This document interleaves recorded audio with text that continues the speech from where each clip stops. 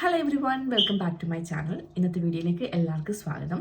ഈ വീഡിയോ ഞാനൊരു weight loss ചലഞ്ചിൻ്റെ പ്രിപ്പറേഷൻ വീഡിയോ ആണ് കേട്ടോ ചെയ്യുന്നത്. അതായത് ഒരു PCOD friendly weight loss challenge ഞാൻ സ്റ്റാർട്ട് ചെയ്യാണ്. ഒരു 21 ഡേയ്സ് ചലഞ്ചാണ് കേട്ടോ.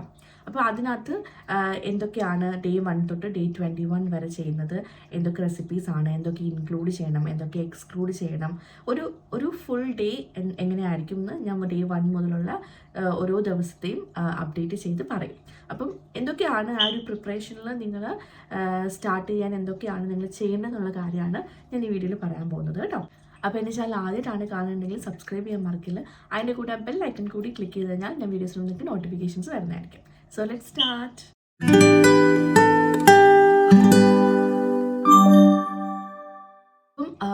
ഇപ്പം PCOD എന്ന് പറയുന്നത് ഇപ്പോഴത്തെ ഒരു പെൺകുട്ടികളിൽ വളരെ കോമൺ ആയിട്ട് കാണുന്ന ഒരു സംഭവം, ഒരു സിൻഡ്രോമാണ്. എനിക്ക് ആദ്യമായിട്ട് PCOD സിംറ്റംസ് കാണിച്ചു തുടങ്ങിയത് എനിക്ക് 18 വയസ്സുള്ളപ്പോഴാണ്. അതായത് 2012 എനിക്ക് PCOD. അന്ന് തൊട്ടേ ഇറഗുലർ ആയിട്ടുള്ള പീരീഡ്സ് ആണ്, അൺയൂഷ്വൽ എയർഫോൾ ഉണ്ട്. അതുപോലെ തന്നെ മാരേജ്, അപ്പം നമ്മൾ ആദ്യത്തെ ആ ഒരു സ്റ്റേജിലൊന്നും ഞാൻ വലിയ കൺസേൺ ആക്കിയില്ല, പീരീഡ്സ് വന്നില്ല, ഓക്കെ. എനിക്ക് അത്രയും ബൾക്കിയൊന്നുമല്ല, അത്രയും വണ്ണമൊന്നും ഉണ്ടായിരുന്നില്ല.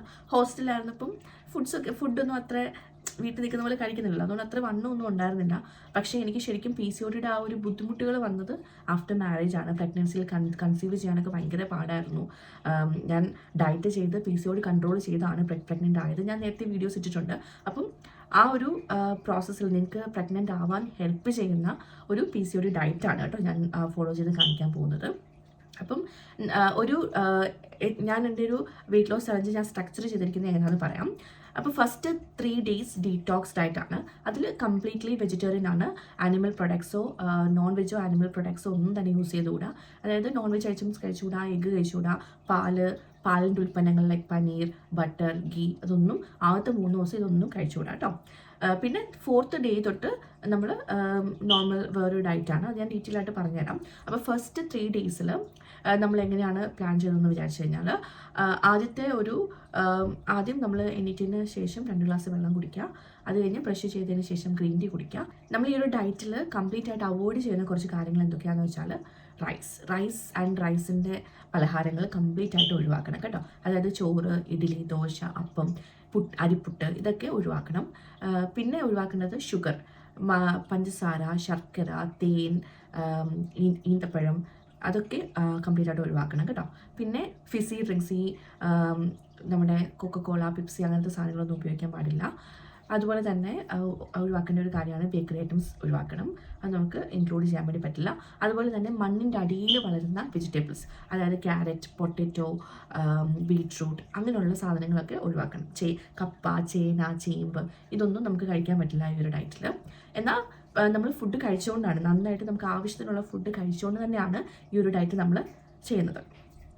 അപ്പോൾ നമ്മൾ ബ്രേക്ക്ഫാസ്റ്റ് ആയിട്ട് ചെയ്യേണ്ടത് എന്താണെന്ന് വെച്ച് കഴിഞ്ഞാൽ, ഒരു പലഹാരം, അതായത് നമുക്ക് കഴിക്കാൻ പറ്റുന്ന സാധനങ്ങൾ, ഓട്സ് കഴിക്കാം, റാഗി കഴിക്കാം, ഗോതമ്പ് കഴിക്കാം, പിന്നെ റവ കഴിക്കാം, ക്വിനോ കഴിക്കാം, ഇങ്ങനെയുള്ള സാധനങ്ങളൊക്കെ കഴിക്കാം. അപ്പം ഇത് വെച്ചുള്ള എന്തെങ്കിലും സാധനം, അതായത് ഗോതമ്പ് ദോശയോ ചപ്പാത്തിയോ റാഗി പുട്ടോ റാഗി ദോശയോ റവ ഉപ്പുമാവോ, അങ്ങനെ നിങ്ങൾക്ക് എന്തെങ്കിലുമൊക്കെ ഒരു പലഹാരം. അതിൻ്റെ കൂടെ രാവിലെ പ്രോട്ടീനായിട്ട് പയർ അല്ലെങ്കിൽ പൾസസ്, പരിപ്പ്, കടല, ചെറുപയർ, വൻപയർ, അങ്ങനെയുള്ള പൾസസ് എന്തെങ്കിലും ഒരു കറി. അതിൻ്റെ കൂടെ ഹാഫ് പോർഷൻ കുക്കുംബർ കഴിക്കണം. കുക്കുംബർ നമ്മൾ എല്ലാ മീലിനും ഇൻക്ലൂഡ് ചെയ്യണം കേട്ടോ. ഹാഫ് പോർഷൻ കുക്കുംബർ ബ്രേക്ക്ഫാസ്റ്റിനും ലഞ്ചിനും ഡിന്നറിനും ഇൻക്ലൂഡ് ചെയ്യണം, മസ്റ്റാണേ. പിന്നെ ഉച്ചയ്ക്കും സെയിം തന്നെ, പക്ഷേ ഈ പൾസസിന് പകരം നമ്മൾ ഗ്രീൻ വെജിറ്റബിൾസ് ആയിരിക്കണം ആഡ് ചെയ്യുന്നത്. അപ്പം ഈ നമ്മൾ മെയിൻ പലഹാരം നമ്മുടെ ആ രാവിലത്തെ പോലെ തന്നെ ഉപ്മാവോ ഗോതമ്പ് ദോശയോ ചപ്പാത്തിയോ, റാഗി പുട്ടോ ദോശ, അങ്ങനെ. പിന്നെ അതിൻ്റെ കൂടെ ഗ്രീൻ വെജിറ്റബിൾ, അതായത് ചീര, പച്ചച്ചീര, ബീൻസ്, പിന്നെന്താ കോവയ്ക്ക, വെണ്ടയ്ക്ക, അങ്ങനെയുള്ള സാധനങ്ങൾ. അതിൻ്റെ കൂടെ ക്യുക്കുംബർ. പിന്നെ നൈറ്റിലും സെയിം നമ്മൾ ഉച്ചയ്ക്ക് കഴിച്ച പോലെ തന്നെ ഗ്രീൻ വെജിറ്റബിളും അതിൻ്റെ കൂടെ ചപ്പാത്തി, അങ്ങനെ എന്തെങ്കിലും ഒരു സാധനം. അപ്പോൾ അങ്ങനെയാണ് ഫസ്റ്റ് 3 ഡേയ്സ് ഡീറ്റോക്സ് പോകുന്നത്.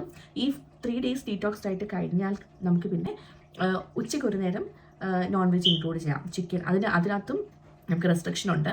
അതായത് മീറ്റ് കഴിച്ചുകൂടാ, റെഡ് മീറ്റ് കഴിച്ചുകൂടാ കേട്ടോ. അത് ഒഴിവാക്കണം. നമുക്ക് ഫിഷ് ഇൻക്ലൂഡ് ചെയ്യാം, ചിക്കൻ ഇൻക്ലൂഡ് ചെയ്യാം, എഗ്ഗ് കഴിക്കാം. ഇതൊക്കെ നമുക്ക് ഉച്ചക്കലത്തെ മീലിൻ്റെ കൂടെ ഇൻക്ലൂഡ് ചെയ്യാം. പക്ഷേ ബ്രേക്ക്ഫാസ്റ്റിനോ പ്രത്യേകിച്ച് ഡിന്നറിന് ഒരിക്കലും അത് ആഡ് ചെയ്യരുത് കേട്ടോ. ബ്രേക്ക്ഫാസ്റ്റ് പിന്നെ നിങ്ങൾ പ്രിഫർ ചെയ്യുന്നുണ്ടെങ്കിൽ കഴിക്കാം, പക്ഷേ ഡിന്നറിന് കൂടെ ഒരിക്കലും നോൺ വെജ് ഇൻക്ലൂഡ് ചെയ്യില്ല. അത് നമ്മളെപ്പോഴും ഗ്രീൻ വെജിറ്റബിളും പിന്നെ നമ്മുടെ ആ ഒരു പലഹാരവും ആയിരിക്കണം.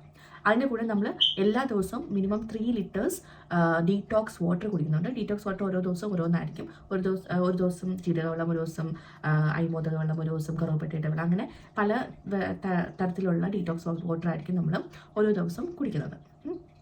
അപ്പം ഈ ഒരു സ്ട്രക്ചർ ബാക്കി ഈ ഡീറ്റോക്സ് ഡയറ്റിൽ ബാക്കിയുള്ള ദിവസങ്ങളിൽ വ്യത്യാസമില്ല. ഉച്ചയ്ക്ക് ഒരു നേരം നമുക്ക് ഇത് ഇൻക്ലൂഡ് ചെയ്യാം, നോൺ വെജ് ഇൻക്ലൂഡ് ചെയ്യാം, അത്രേ ഉള്ളൂ കേട്ടോ. അപ്പം ഈ ഒരു ഡയറ്റാണ് നമ്മൾ ഫോളോ ചെയ്യാൻ പോകുന്നത്. ശരിക്കും നല്ലൊരു റിസൾട്ട് നമുക്ക് ഈ ഒരു ഡയറ്റിൽ നിന്ന് കാണാൻ പറ്റും. Day 1 തൊട്ട് Day 21 വരെ ഞാൻ എല്ലാ ദിവസവും രാവിലെ വെയിറ്റ് നോക്കുന്നുണ്ടായിരിക്കും. അപ്പോൾ നിങ്ങൾക്ക് ആ ഒരു പ്രോഗ്രസ് മനസ്സിലാക്കും. യൂഷ്വലി നമ്മൾ ആ ഒരു വെയിറ്റ് നോക്കരുതെന്നാണ് എല്ലാവരും പറയുന്നത്, പക്ഷേ ഞാൻ ഡെയിലി നോക്കാറുണ്ട്. കാരണം എന്തെങ്കിലും നമുക്ക് വെയിറ്റ് കുറയുന്നില്ലെങ്കിൽ അതനുസരിച്ച് നമുക്ക് ഡയറ്റ് മാനേജ് ചെയ്ത് പോകാൻ വെയിറ്റ് നോക്കുന്നതാണ് യൂസ്ഫുൾ എന്ന് എനിക്ക് തോന്നാറ്. അതുകൊണ്ട് അത് എന്തായാലും ഞാൻ നോക്കുന്നുണ്ട്, അത് നിങ്ങൾ കാണിച്ചു തരാം. അപ്പോൾ നമുക്ക് ആ ഓരോ ദിവസവും ഒരു മോട്ടിവേഷൻ വരും. അത് കുറഞ്ഞില്ലെങ്കിൽ നമുക്ക് ആ ഒരു ഡയറ്റിൽ ഒരു മോഡിഫിക്കേഷൻ നടത്തി നമുക്ക് ആ നെക്സ്റ്റ് ഡേയിലേക്ക് കോപ്പപ്പ് ചെയ്തെടുക്കാം. പിന്നെ അതുപോലെ തന്നെ ഒരു ദിവസം മിനിമം 5,000 സ്റ്റെപ്സ് എങ്കിലും നടക്കാൻ നോക്കണം. ഞാൻ ഫിറ്റ്നസ് ബാൻഡാണ് യൂസ് ചെയ്യുന്നത്. ഇതിനകത്ത് സ്റ്റെപ്സ് എത്ര നടന്നെന്ന് അറിയാൻ പറ്റും. പക്ഷെ നിങ്ങൾക്ക് അതിന് പകരം മൊബൈൽ സ്മാർട്ട് ഫോണിലൊക്കെ ആപ്ലിക്കേഷൻസ് അവൈലബിൾ ആണ് സ്റ്റെപ്പ് നോക്കാനുള്ളത്, അത് ഉപയോഗിക്കാം കേട്ടോ. അപ്പോൾ അത് മിനിമം 5,000 സ്റ്റെപ്സ് എങ്കിലും നടക്കാൻ നോക്കുക. അതിപ്പം വർക്ക് ചെയ്യാൻ പോകുന്നവർക്കൊക്കെ എനിക്കൊന്ന് കുറച്ച് ഈസി ആയിരിക്കും, പക്ഷേ വീട്ടമ്മമാർക്കൊക്കെ കുറച്ച് പാടായിരിക്കും. പക്ഷേ നിങ്ങളത് എക്സസൈസ് ചെയ്തോ അല്ലെങ്കിൽ അങ്ങോട്ടും ഇങ്ങോട്ടും ഒക്കെ ഒന്ന് നടന്നോ ഒക്കെ അത് കോപ്പപ്പ് ചെയ്ത് ഒരു 5,000 ആക്കാൻ നോക്കുക. അത് അത്യാവശ്യമാണ്. കാരണം നമ്മൾക്ക് നിങ്ങൾക്കറിയാം PCOD എന്ന് പറയുന്നത് വണ്ണം ഉള്ളവർക്കോ മെലിഞ്ഞവർക്കോ അങ്ങനെ ഒന്നുമില്ല, ഇതൊരു ലൈഫ് സ്റ്റൈൽ ഡിസീസാണ്. അപ്പം നമ്മുടെ ഡയറ്റ് പോലെ തന്നെ നമ്മുടെ ശരീരം ആക്റ്റീവ് ആവണം, എങ്കിൽ മാത്രമേ നമുക്ക് PCOD കൺട്രോൾ ചെയ്യാൻ വേണ്ടി പറ്റത്തുള്ളൂ. ഈ PCOD എന്ന് പറയുന്ന സംഭവം ഒരിക്കലും നമുക്ക് കംപ്ലീറ്റ്ലി ക്യൂർ ചെയ്യാൻ പറ്റുന്ന ഒരു അസുഖമൊന്നുമല്ല.